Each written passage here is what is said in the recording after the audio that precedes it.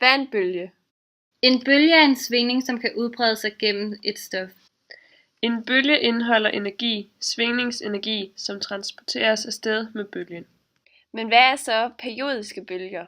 Periodiske bølger er bølger med konstant afstand mellem bølgetoppene. Det vil sige, at bølgerne har samme bølgelængde.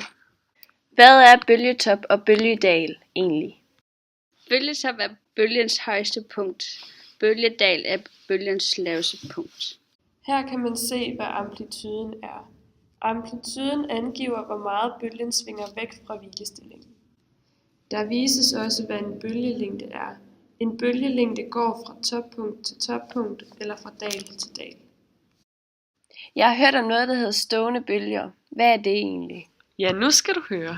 En stående bølge er en bølge, som er en vilkårlig form for bølge, der ikke bevæger sig i nogen retning, men i stedet er begrænset til dens udbredelse i øjeblikket.